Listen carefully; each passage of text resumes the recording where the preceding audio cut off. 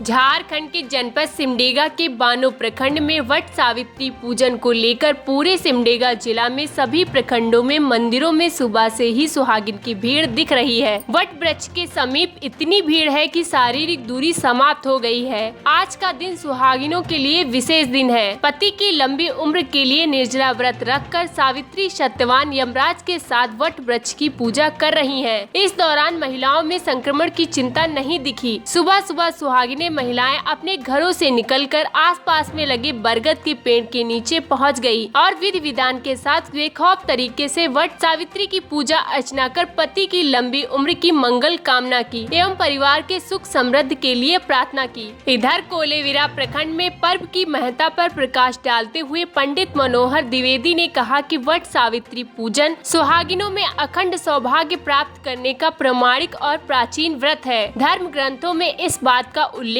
है कि व्रत करने से अल्पायु पति भी दीर्घायु हो जाता है। उन्होंने बताया कि जब सत्यवान की आत्मा को यमराज लेने पहुंचे थे तब उनकी पत्नी सावित्री भी उनके पीछे पीछे चल पड़ी। यमराज के काफी समझाने के बाद भी जब वह वापस नहीं लौटी तब विवश होकर यमराज ने सत्यवान की आत्मा का प्रवेश उनके मृत शरीर में करवा दिया। इधर सुहागन महिलाएं वट वृक्ष के नीचे वट वृक्ष की पूजा करते हुए जल, फूल, कच्चा सूत, भीगा चना, गुड़ इत्यादि चढ़ाते हुए रोली मोली धागा का वट ब्रिज में बांधते हुए परिक्रमा की एवं जलाभिषेक करते हुए पूजा संपन्न की। अखंड भारत न्यूज के लिए शिवनंदन बड़ाई की रिपोर्ट सिमडेगा।